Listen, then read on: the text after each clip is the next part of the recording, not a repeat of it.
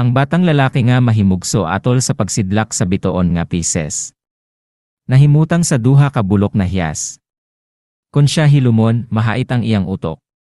Hataas ang iyang panglantaw sa iyang umaabot. Mahigugmaon uyamot sa mga basahon. Makabot niya ang kaalam og kabantog. Manggibuhaton og maisog. Himili sa mga babaye. Dili magpatakag pangulitawo. Gustong mupuyo sa panimalay. Dili gusto kaayo sa mga kalingawan. Kun kining bataa, masabaan og buhaha ang baba. Siya mabaw og pangisip. Hambugiro. Tikpalabaw og sulti.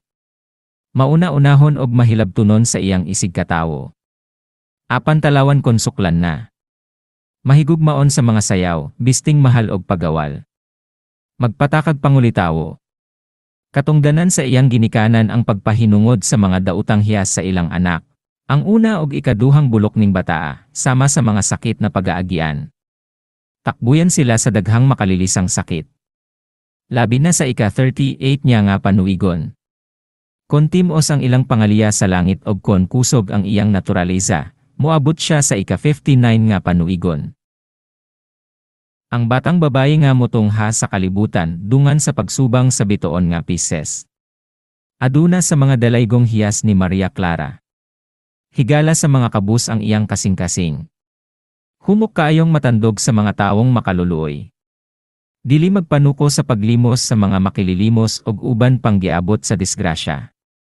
Alang kanya sala ang pagtamay sa isig katawo. Musinta sa kalagot kong makakitag palabi-labihon. Dilitig panumbalay. Kalipay niya ang pagbuhat-buhat sa sulod sa balay. Ingon man kaaway niya ang pag-awat sa mga buhat nga langyaw. Kinimo siyang mahinigugma. Siya maayong muamping og saad. Maluluyon nga asawa og maaghop na inahan. Supak sa iyang lawas ang init.